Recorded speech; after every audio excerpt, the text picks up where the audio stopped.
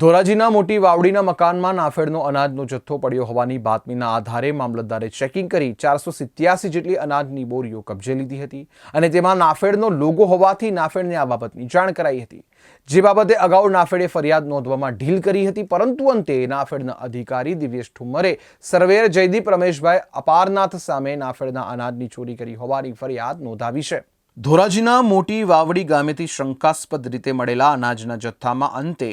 નાફેડે ખાનગી કંપનીના સર્વેયર સામે તાલુકા પોલીસ મથક ખાતે 478 જેટલી જણસીની બોરીઓ ચોરી કરી હોવાની અને તેની કિંમત 11 લાખ થતી હોવા અંગે પોલીસ ફરિયાદ નોંધાવી છે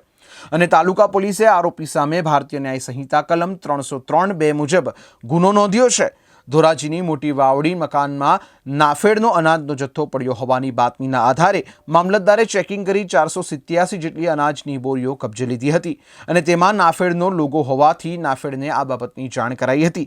જે બાબતે અગાઉ નાફેડે ફરિયાદ નોંધાવવામાં ઢીલ કરી હતી, પરંતુ અંતે નાફેડના અધિકારી દિવ્યેશ ઠુમ્મરે સર્વેયર જયદીપ રમેશભાઈ અપારનાથ સામે નાફેડના અનાજની ચોરી કરી હોવાની ફરિયાદ નોંધાવી છે અને જણાવ્યું હતું કે આરોપી જયદીપ અપારનાથીએ નાફેડના હસ્તકની કોઈપણ જગ્યાએથી અનાજની બોરીઓ ચોરી કરીને